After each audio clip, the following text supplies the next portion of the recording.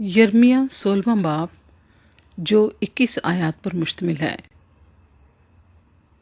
यिर्मयाह की ज़िंदगी के लिए खुदा की मर्ज़ी। खुदावंद का कलाम मुझ पर नाजिल हुआ और उसने फरमाया, तू बीवी ना करना, इस जगह तेरे यहाँ बेटे बेटियाँ ना हों,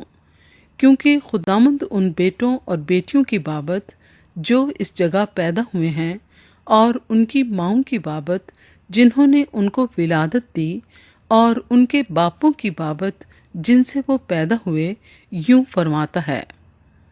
कि वो बुरी मौत मरेंगे, ना उन पर कोई मातम करेगा और ना वो दफन किए जाएंगे। वो सताए ज़मीन पर खाद की मानिंद होंगे, वो तलवार और काल से हलाक होंगे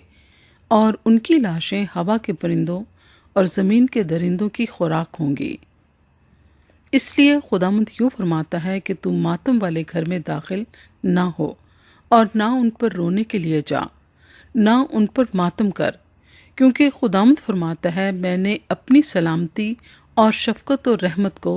इन लोगों पर से उठा लिया है और इस मुल्क के छोटे बड़े सब मर जाएंगे, ना वो दफन किए जाएंगे, ना लोग उन पर मातम करेंगे और ना कोई उनके लिए जख्मी होगा, ना सर मुंडाएगा। ना लोग मातम करने वालों को खाना खिलाएंगे ताकि उनको मुर्दों की बाबत तसल्ली दें, और ना उनको दिलदारी का प्याला देंगे कि वो अपने माँ बाप के गम में पिएं। और तू ज़ियाफत वाले घर में दाखिल ना होना कि उनके साथ बैठकर खाए पिए, क्योंकि रब्बुल अफ़वाज इसराइल का खुदा यूं फरमाता है कि देख, मैं इस जगह से तुम्हारे देखते हुए और तुम्हारे ही दिनों में खुशी और शादमानी की आवाज़, दूल्हे और दुल्हन की आवाज़ माकूफ कराऊंगा। और जब तू ये सब बातें इन लोगों पर जाहिर करे और वो तुझसे पूछें कि खुदावंद ने क्यों ये सब बुरी बातें हमारे खिलाफ कहीं, हमने खुदावंद अपने खुदा के खिलाफ कौन सी बदी और कौन सा गुनाह किया है, तब तू उनसे कहना, खुदावंद फरमाता है, इसलिए कि तुम्हारे बाप दादा ने मुझे छोड़ दिया और गैर माबूदों के तालिब हुए और उनकी इबादत और प्रस्तिश की और मुझे तर्क किया और मेरी शरीयत पर अमल नहीं किया। और तुमने अपने बाप दादा से बढ़कर बदी की, क्योंकि देखो, तुम में से हर एक अपने बुरे दिल की सख्ती की पैरवी करता है कि मेरी ना सुने। इसलिए मैं तुमको इस मुल्क से खारिज करके ऐसे मुल्क में आवारा करूंगा जिसे ना तुम और ना तुम्हारे बाप दादा जानते थे, और वहां तुम रात दिन गैर माबूदों की इबादत करोगे, क्योंकि मैं तुम पर रहम ना करूंगा।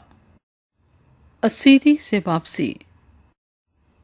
लेकिन देख, खुदावंद फरमाता है, वो दिन आते हैं कि लोग कभी ना कहेंगे कि जिंदा खुदावंद की कसम जो बनी इसराइल को मुल्क मिस्र से निकाल लाया,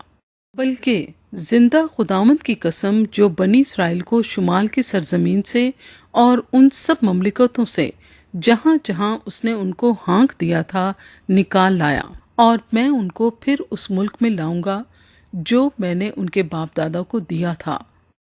खुदावंद फरमाता है, देख, मैं बहुत से माहीगीरों को बुलवाऊंगा और वो उनको शिकार करेंगे, और फिर मैं बहुत से शिकारियों को बुलवाऊंगा और वो हर पहाड़ से और हर टीले से और चट्टानों के शिगाफों से उनको पकड़ निकालेंगे, क्योंकि मेरी आंखें उनकी सब रविशों पर लगी हैं, वो मुझसे पोशीदा नहीं हैं, और उनकी बद किरदारी मेरी आंखों से छुपी नहीं, और मैं पहले उनकी बद किरदारी और खताकारी की दूनी सजा दूंगा, क्योंकि उन्होंने मेरी सरजमीन को अपनी मकरू चीज़ों की लाशों से नापाक किया और मेरी मिरास को अपनी मकरूहात से भर दिया है। यिर्मयाह पूरे एहतमाद से खुदावंद से दुआ मांगता है। ऐ खुदावंद, मेरी कुव्वत और मेरे गढ़ और मुसीबत के दिन में मेरी पनाहगाह, दुनिया के किनारों से कौमें तेरे पास आकर कहेंगी कि फिल हकीकत हमारे बाप दादा ने महज झूठ की मिरास हासिल की, यानी बुतलान और बेसूद चीज़ें।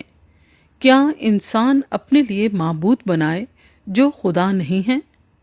اس لیے دیکھ میں اس مرتبہ ان کو آگاہ کروں گا، میں اپنا ہاتھ اور اپنا زور ان کو دکھاؤں گا، اور وہ جانیں گے کہ میرا نام یہوہ ہے۔